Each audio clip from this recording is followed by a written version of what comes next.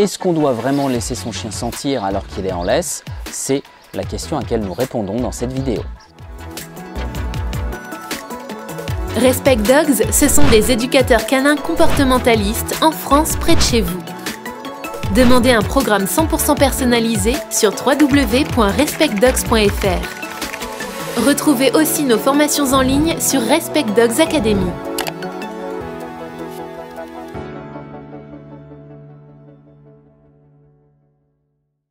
Avant de vous donner quelques suggestions sur la façon de pouvoir gérer les balades, est-ce qu'il faut vraiment laisser son chien sentir? Si oui, dans quelles circonstances? J'aimerais revenir sur un point. Pourquoi laisser le chien se servir de son flair est important.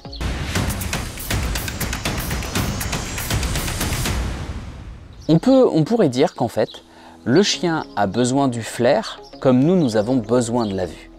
Effectivement, c'est l'un des sens les plus développés chez le chien et c'est ce qui va lui permettre de se rassurer par rapport à l'environnement, d'appréhender l'environnement qui l'entoure, de prendre des informations sur d'éventuels congénères qui ont pu passer par là. Ça lui permet donc d'entretenir sa socialisation, d'entretenir aussi sa familiarisation à notre monde d'humain et d'être à l'aise avec des inconnus ou avec toutes les choses qui peuvent l'entourer. Maintenant, le flair joue aussi un rôle important dans le comportement de prédation du chien. C'est un moyen pour lui de repérer la trace d'une proie éventuelle avant de la traquer et de la poursuivre. Donc on peut s'interroger sur le bien fondé de le laisser toujours sentir dans certaines circonstances. Le flair joue également un rôle important dans le marquage de territoire.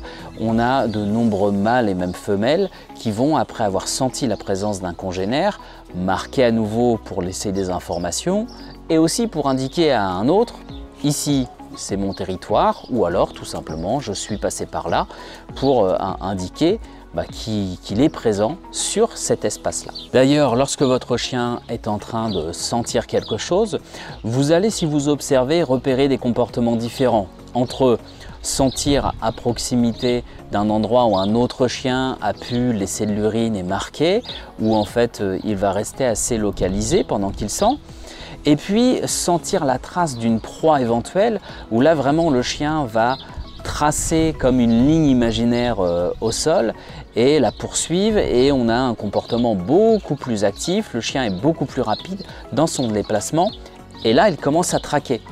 Et vous commencez peut-être à comprendre en quoi cela peut poser souci lorsqu'on va avoir besoin de récupérer son chien au rappel. Car oui, le comportement que vous avez avec votre chien, est-ce que vous lui permettez pendant qu'il est à 2-3 mètres de laisse, aura un impact sur le comportement que vous souhaitez obtenir lorsqu'il n'y aura 10 mètres, 15 mètres, 20 mètres et qu'il n'y aura même plus de laisse ou de longe. Comment donc trouver un équilibre et permettre à notre chien d'utiliser son flair, mais de récupérer son attention même lorsqu'il est absorbé dans celui-ci?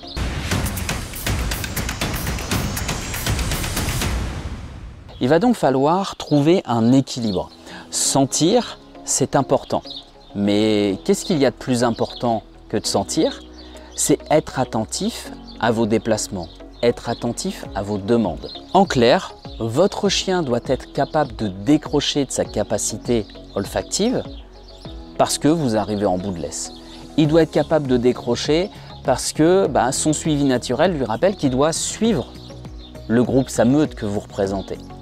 Si alors qu'on a un chien en laisse, on lui fait prendre l'habitude qu'on se stoppe pour qu'il puisse sentir ici, voire encore pire, on le suit pour aller le laisser sentir par là, n'espérez pas obtenir un rappel alors qu'il est en totale liberté, qu'il a suivi la trace d'un lapin et que vous êtes à 10-15 mètres. Si déjà à 2-3 mètres, votre chien a l'habitude que vous le suivez, ça va être beaucoup plus compliqué lorsqu'il y aura une grande distance et une grosse stimulation si la proie déboule devant lui. Est-ce que ça veut dire que, alors qu'on est en laisse, notre chien ne doit jamais sentir?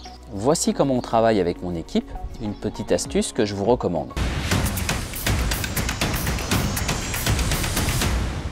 On fait comprendre aux chiens de nos clients, on travaille avec nos clients, une différence entre la marche en laisse et la marche au pied. La marche en laisse, mon chien peut profiter de toute la longueur de la laisse. Et il sait qu'il ne doit pas arriver en bout de laisse, que jamais il doit tolérer la tension. Ça permet que notre chien puisse profiter de ces 2, 3, 4, 5 mètres de longueur de laisse, même si on veut, de longe, en sentant, mais que dès qu'on s'éloigne un petit peu, dès qu'il commence à sentir que la laisse va être en bout ou va se tendre, il décroche pour nous suivre. Quel est l'intérêt de faire ça? Vous apprenez à votre chien qu'il peut pratiquer son activité olfactive, qui est importante pour lui, découvrir, que même si vous êtes stoppé, il peut profiter de toute cette longueur pour découvrir, mais qu'il doit aussi décrocher quand c'est nécessaire, garder en priorité nos déplacements, nous suivre. Et là, vous commencez déjà à travailler ce que vous allez avoir besoin plus loin pour le rappel. Et on travaille en dehors de la marche en laisse, on travaille aussi ce qu'on appelle la marche au pied, où là c'est quelque chose de beaucoup plus rigoureux. La marche au pied, c'est pas là qu'on doit sentir. Pendant la marche au pied, votre chien doit être très attentif à votre rythme, à vos déplacements. Une bonne marche au pied, c'est un chien qui suit vraiment nos mouvements.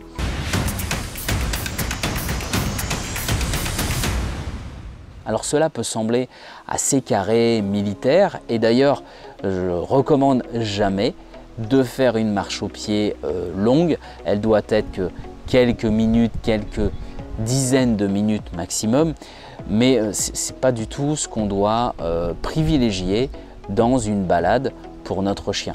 Si en fait on met en place une marche au pied, c'est pour nous permettre d'aller d'un point A à un point B où on va pouvoir donner plus de liberté à son chien. Mais la marche au pied va être très utile dans des endroits où il y a beaucoup de sollicitations. Ça peut être un marché, ça peut être une brocante, une foire à tout, ça peut être vraiment en ville, sur les trottoirs ou dans le cadre d'un croisement d'autres chiens où là on va demander au nôtre d'être vraiment attentif à ce que l'on est en train de faire et de ne pas s'occuper du chien qu'on va croiser. La marche au pied, c'est quelque chose de plus rigoureux, tu suis mon pas sans te laisser absorber par les odeurs.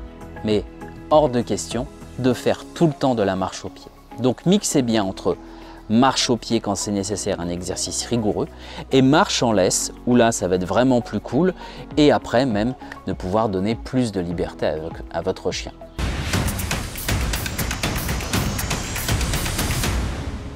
Autre point très important sur lequel nous insistons avec nos clients, c'est que votre chien doit toujours savoir sous quel ordre en quelque sorte il est. Il doit savoir quand est-ce qu'il est en marche en laisse ou quand est-ce qu'il est en marche au pied. Donc n'hésitez pas à donner un mot de libération alors que votre chien, vous êtes avec votre chien au pied, vous le mettez au assis, pas bouger. Un mot de libération, va ou allez, et vous basculez en marche en laisse. Et quand vous voulez faire revenir votre chien au pied, vous lui redites tout simplement au pied, vous recommencez un rituel qui lui indique que là, vous êtes au pied. Si jamais vous voulez travailler tout cela en profondeur, allez jeter un œil sur notre programme de formation sur la marche en laisse. C'est plus de 15 vidéos qui sont vraiment axées pour l'apprentissage d'avoir un bon comportement en laisse, sans tirer, le travail des positions, la concentration du chien. Je vous mets le lien juste en dessous de cette vidéo dans la description. Vous trouverez cela sur Respect Dogs Academy. Et si jamais vous voulez un coaching personnalisé, n'hésitez pas à faire appel à un des membres de notre équipe. Nous sommes présents dans de nombreuses régions de France. Vous allez sur www.respectdogs.fr et vous cliquez sur « Demander une évaluation » et l'un des membres de notre équipe prendra contact directement avec vous. J'espère que vous avez appris des choses dans cette vidéo. N'hésitez pas à la liker, commenter et partager. Je vous dis à bientôt pour une autre vidéo.